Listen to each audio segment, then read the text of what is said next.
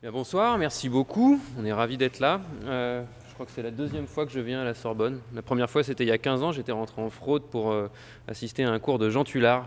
Je ne sais pas si certains parmi vous l'ont déjà vu, c'était fantastique. Mais bon, c'est pas pour cette histoire-là qu'on est là aujourd'hui. Je vais vous passer un petit film qui va vous présenter la démarche de Cataba. On est une petite start-up de l'économie sociale et solidaire et on travaille sur du mobilier durable. Chez Cataba, on est parti d'un premier constat. Il n'existe pas aujourd'hui sur le marché de mobilier contemporain, éthique et local. Loin de la grande distribution, de sa production de masse, de son mauvais contrôle des ressources, de ses modes de production pas toujours respectueux de l'environnement et des hommes, et de son importante empreinte carbone, il existe une solution simple pour produire du mobilier localement en respectant la nature et les hommes. Là, à côté de chez nous, les artisans. Les artisans ont pendant des siècles produit nos meubles et objets du quotidien. Mais pourquoi sont-ils alors si peu présents aujourd'hui sur le marché du meuble? On trouve pourtant dans un atelier d'artisans tout l'outillage et le savoir-faire pour produire des meubles de la meilleure qualité. Et sur le segment du mobilier de qualité, les coûts des artisans sont tout à fait compétitifs. En revanche, difficile pour eux de disposer d'une large gamme de modèles contemporains. Et communication et visibilité réclament du temps et de l'argent dont ils disposent rarement. Alors, comment faire?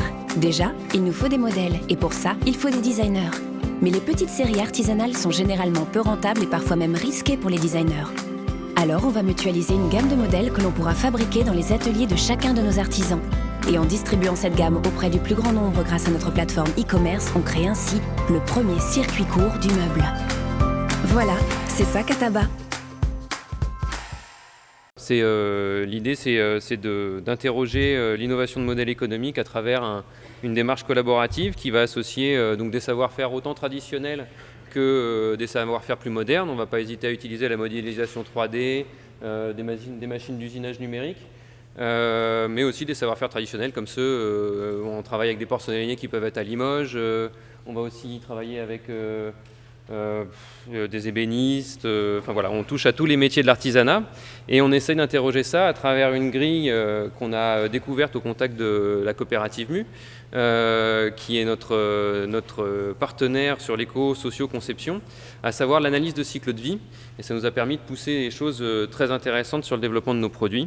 Et donc évidemment, ces designers qui nous permettent de pouvoir arriver à des réponses qui soient efficaces, économes en matière et toujours séduisantes esthétiquement. Et donc il y a cette fameuse approche autour de l'analyse de cycle de vie. Ça a été assez déterminant pour nous. On a pu lancer un projet grâce à l'ADEME avec la coopérative MU. En fait, on était persuadés en faisant du circuit court qu'on traitait les enjeux environnementaux principaux du secteur du meuble en traitant la question du transport. En réalité, il se trouve que les impacts dans le domaine du meuble, ils ne sont pas sur le transport, ils sont à 80% sur la matière première. Et ça, on l'a appris grâce à l'analyse de cycle de vie. Et ça nous a permis du coup de réinterroger nos modèles. Et au résultat, on a fini, après notre démarche d'éco-conception, par avoir un bilan des impacts environnementaux et sociaux de nos produits. Sur les impacts environnementaux, on a réussi sur les indicateurs principaux à minorer jusqu'à 90% nos impacts. Et sur les impacts sociaux, on a travaillé sur une démarche assez innovante, je pense, dans ce domaine-là, qui est l'analyse sociale de cycle de vie. Et là, on va essayer d'identifier sur l'ensemble du cycle de vie les risques sociaux. Et on s'est rendu compte qu'on arrivait, en travaillant localement, là pour le coup, à avoir un vrai bénéfice parce que on a des droits sociaux en France qui ne sont pas ceux qu'on trouve en Chine ou dans d'autres pays. Et donc, du coup, on a un vrai bénéfice à ce niveau-là et ça permet de démontrer la pertinence du modèle économique. Dans l'avenir, je parle d'avenir, mais c'est ce qu'on est en train de faire actuellement, on est en train de finir de boucler la boucle et de traiter la partie fin de vie de nos produits en introduisant de l'upcycling.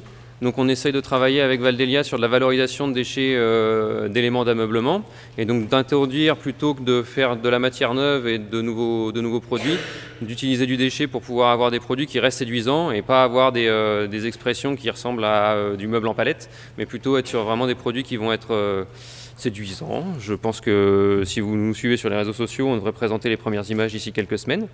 Et puis il y a un autre projet qui est lui aussi soutenu par l'ADEME et qui se fait toujours en partenariat avec la coopérative MU et qui traite de l'économie de la fonctionnalité et de la coopération.